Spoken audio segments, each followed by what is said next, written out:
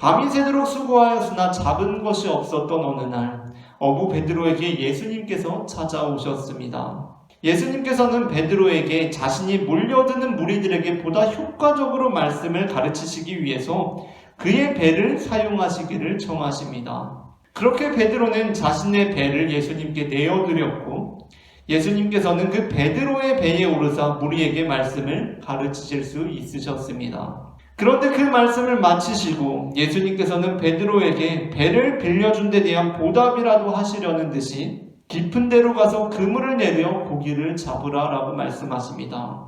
그리고 베드로가 깊은 데로 가서 그물을 내리게 되었을 때 베드로는 그물이 찢어질 정도로 많은 고기를 잡게 되었습니다. 이러한 놀라운 경험을 한 베드로가 예수님께 이렇게 고백합니다. 누가복음 5장 8절입니다. 시몬 베드로가 이를 보고 예수의 무릎 아래 엎드려 이르되 주여 나를 떠나소서 나는 죄인이로소이다 하니 이것이 바로 누가복음에 나오고 있는 베드로의 첫 번째 모습입니다.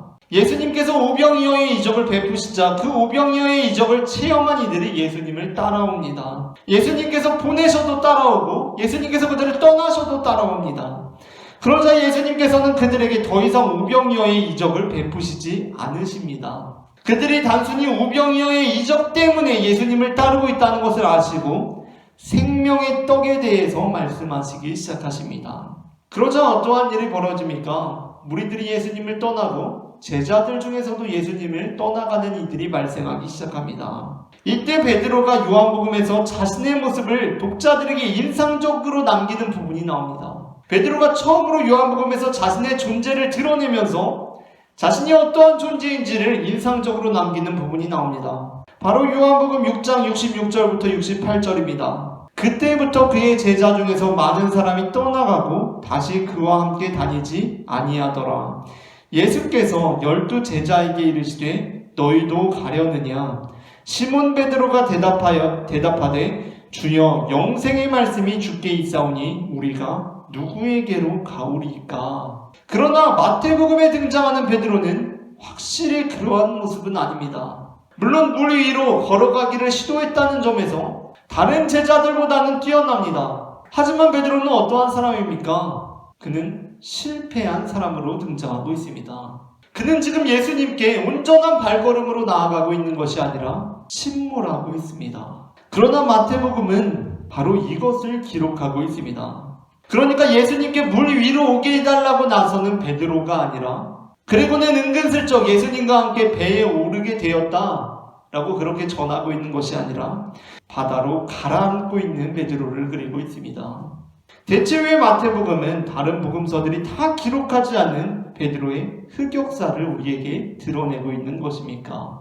그 이유는 바로 그러한 모습이 바로 마태복음을 읽는 독자들 그리고 우리의 모습이라고 여겼기 때문일 것입니다.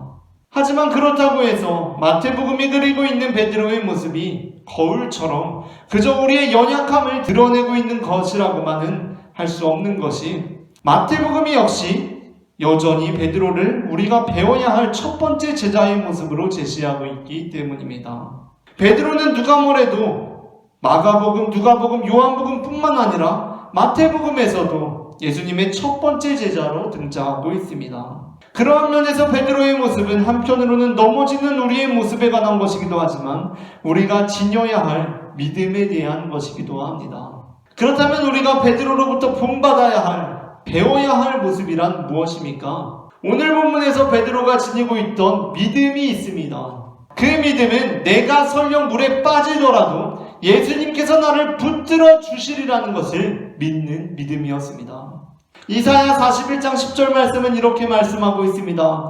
두려워하지 말라 내가 너와 함께함이라. 놀라지 말라 나는 내 하나님이 됨이라. 내가 너를 굳세게 하리라. 참으로 너를 도와주리라. 참으로 나의 의로운 오른손으로 너를 붙들리라.